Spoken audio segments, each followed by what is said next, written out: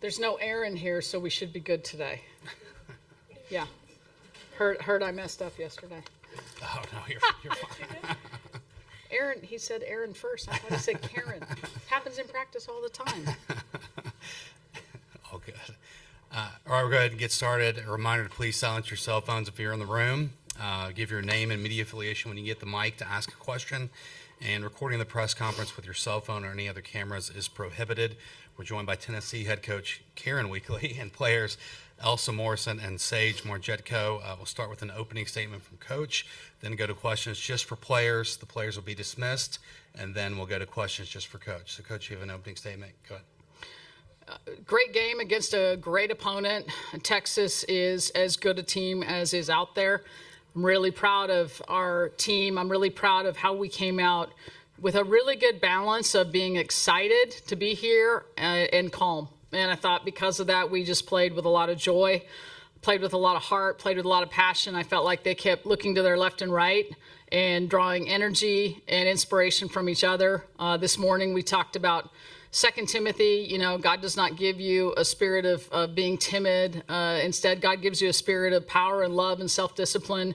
And I felt like you saw that on the field today, just in the way our team engaged with each other and engaged with the game. And I couldn't be more proud of how they played. Okay, we'll start with questions on the front row and the right for players. Charles May, Southeastern Softball Wire. Elsa, first time at OKC, freshman. Take us inside your mind, the 3-run shot. Yeah, so everything that we had prepared for was that upspin, speed, and trying to win the belt today. So we had talked about being aggressive early in the count because we knew that she would want to try and get up on us early, and, just working down through the ball. Yeah, go ahead. Tyler Edmonds, Daily Beacon. Elsa, just a 3-run shot and your first at-bat for your hometown team. Just take us through some of that at-bat and just how special is that moment for you? It means the world, getting to have an at-bat with the girls that I love and go to war with every single day. Everybody was talking about nerves, breathing, and whatnot, and I had complete peace in the box knowing that the girls in the dugout would have my back no matter the outcome. Okay, we'll go to the left side now. Thomas in the second row. Thomas Jones, Austin American Statesman. Elsa or Sage, these guys got you in the game right before the championship series last year. The stakes aren't quite as high yet, but any kind of vengeance? How much are you going to enjoy this win aside from it just being the first game of the World Series? Yeah, obviously every team out here is good, so it doesn't matter who it is. We're focused on us and sticking to who we are and our, core values and just going out there and playing Tennessee softball no matter who's across from the field. So that's what we plan on doing from, all season and then the rest of the World Series. Okay, we go front row right, Brady. Brady Vernon, Softball America. Just, Sage, you guys kept the top of the lineup hitless, and just what was so important trying to keep that part, just limiting the damage from them, especially with Katie and the season that she's had this year? Yeah, it just goes back to trusting yourself and the preparation that these coaches put in. Megan does a great job scouting our hitters and just trusting what she calls and then executing my pitches, keeping them off balance, mixing spins and locations, also just throwing the change up so they can't feel settled in the box. Okay, we got the left side, third row. Riley Robinson, WBLT. This one's for you, Sage. Kind of a double-part question. How great was it to see Elsa get up there while you're in the circle, pitching the way you are, and then her to hit that 3-run home run? And how crucial is this daybreak? Last year, you guys weren't afforded this luxury. You had to play again on Friday. How crucial is this daybreak before playing Saturday? Yeah, I'm incredibly proud of Elsa. She has had quite the season, and it doesn't always show, but she's put in so much work. And especially as a freshman, just coming out here and playing free is not easy to do, and she's done that. So I'm just super proud of her and all she's done. And then, having that day off tomorrow, it means everything because you need to get all the rest you can, when you're preparing for these big games. Okay, we'll go to the right side now, front row. Tyler Edmonds, Daily Beacon. Sage, last year you came out one appearance, you gave up 3 runs to Florida, and this year shutout game against Texas. How do you feel more mature from where you were last year? Yeah, it just goes to the confidence and the preparation that I've had all season. All these teams that we face, yes, they're good, but they're not going to do anything that's like crazy, unheard of, or nothing you've never seen before. Softball is softball. So it just goes back to trusting yourself and, you know, the preparation you put in and day out. Any more questions for players? Okay, thank you, players. You guys are dismissed.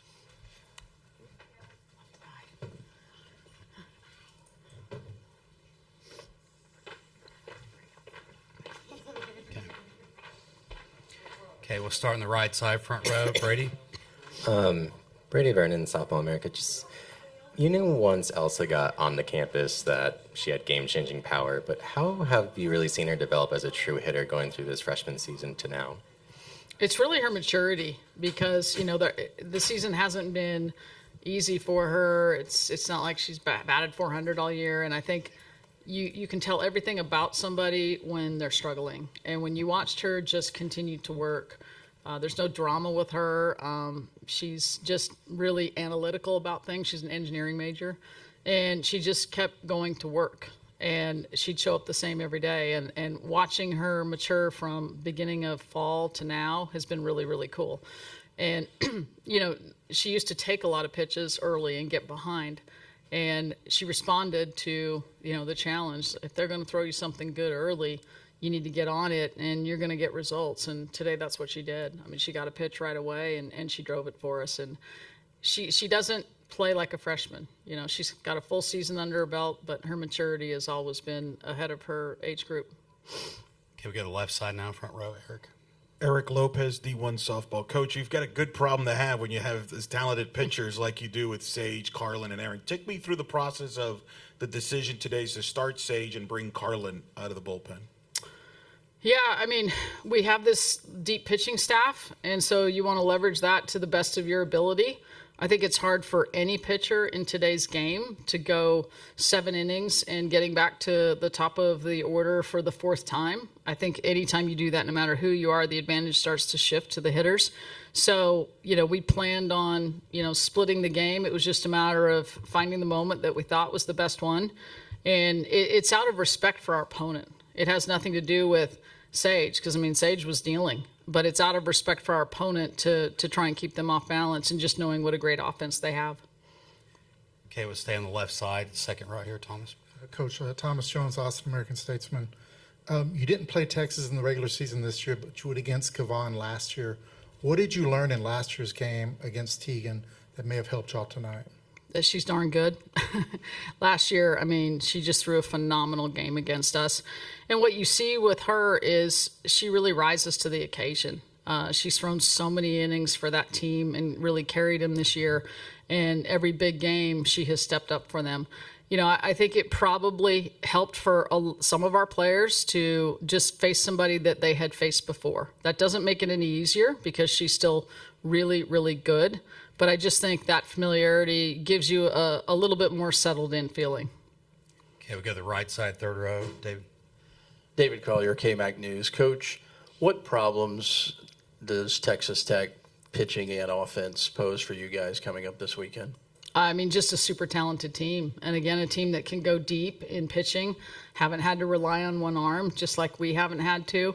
A stacked lineup, you know, up and down all the way through 1 through 9. So, yeah, I mean, they've got everything you would want from a talent perspective. Okay, we go back to the left side now, Riley in the third row. A lot of softball being played over the next few days, but last year you guys had a turnaround play on Friday. How crucial is it to stay in this winner's bracket and have those day breaks in between?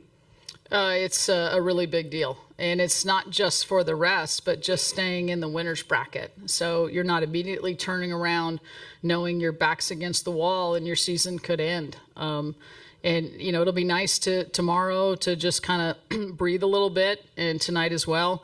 Get a good plan together for what we're going to do tomorrow. Probably have a little workout and get ourselves ready for our next game on, Saturday. Yeah. Okay, we're going to go to the right side, front row again. Tyler Edmonds, Daily Beacon. A rough outing from Carlin from a run-wise, but what did you just see out of her today, and what would you like to have seen her done a little bit better? You just get the toughness, you know. Even when they put up runs, you just know that Carlin is always going to bear down even more when she needs to. And what I really loved was how our team responded. So every time they scored, we came back and scored to kind of keep that cushion. I think, and I'll have to go back and look at it because I obviously haven't seen where the pitches were. But I think they probably got some barrels on some things that might have been a little bit too much over the plate. And then when she started landing her rise ball and her changeup a little bit better, that's the key. Okay, we'll stay on the front row on the right. Brady. Brady Vernon, Softball America. Just the way the bracket shapes up now, has you guys in Texas Tech, and it's going to be a featured showcase on ABC with potentially, the one in first and second overall picks in the ACL draft. And I just wondered how cool of an aspect that is to have that kind of showcase for our sport. I don't think it would matter who it is because this is the World Series and everybody here is really good. And it's really a reflection of the growth of softball in general. The fact that we're on ABC, that's not about Tennessee or Texas Tech. That's about college softball and what an awesome sport it is and how many people have fallen in love with it.